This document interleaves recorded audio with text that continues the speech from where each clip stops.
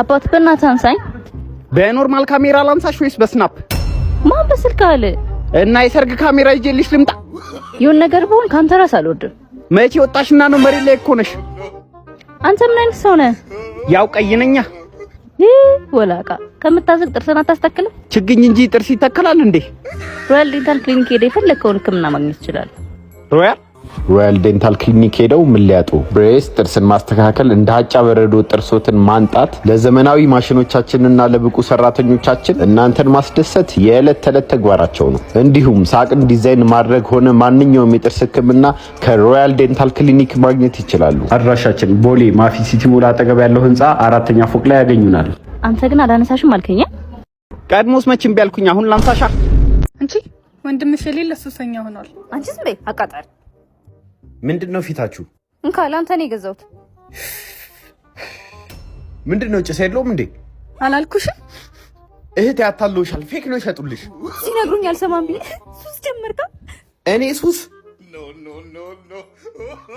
መቼ ነው ጫት የጀመርኩት? ይኸው ሱስ ጀምሮልሻል። አቃጣሪ። ቆይ ምን አገኛለሁ ብለህ ነው? The first time was so nice, I had to do it twice. አንተ ስንት ችሎታ ያለ ሰው አይደለ እንዴ? ለምን አሰራበት? አሁን እኮ ስልጠና ለወስድ እኮ ነው። ወንድሜ ምን ስልጠና ነው?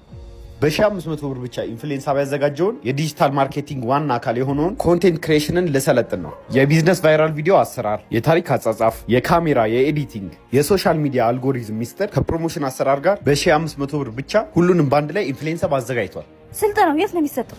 ስልጠናው ለሁላችሁም እንዲቀል ተብሎ በቴሌግራም የሚሰጥ ሲሆን ኢንሀብ ቴሌግራም ቡት በማለት ስልጠናውን ማግኘት ትችላላችሁ። ወይም ደግሞ ባዮ ላይ ያስቀምጥላችኋለሁ ሊንኩን፣ እየገባችሁ መሰልጠን ትችላላችሁ። ኑ አብረን ዲጂታል ዓለሙን እንቀላቀል። ወይኔ ተደፋው። ኧረ ወድቀሽ ነው አልተደፋሽም? ምንድን ነው የምታወራው አንተ? ሰው ሆና እንደ ዳቦ ተደፋው ስትለዋ አንተ አፈር ስትበላ ቆመት አለ እንዴ? ኧረ ኮብል ላይ ነው የወደቀችው። የት አለ አፈር የበላችሁ? ካንተ ጋር ማውራቴ ነኝ። ቢላችንን እናስል እንዴ? ጅል ጅልማ እናንተ ናችሁ። ቢላዋ ሳሊ ጋር የምታስሉ ምን በፍሬም ልትሰቅሉን ነው ወይስ በአበባ ፋንታ ለአዲስ ዓመት ልታዞሩን ነው? አንተ ምን አለብህ? እኔ ለራሴ ለአዲስ ዓመት ዕቃ ለመግዛት አሳስቦኛል። እሱም በእኔ ጣይው። እንዴት? እሷን ነው ማሳያት።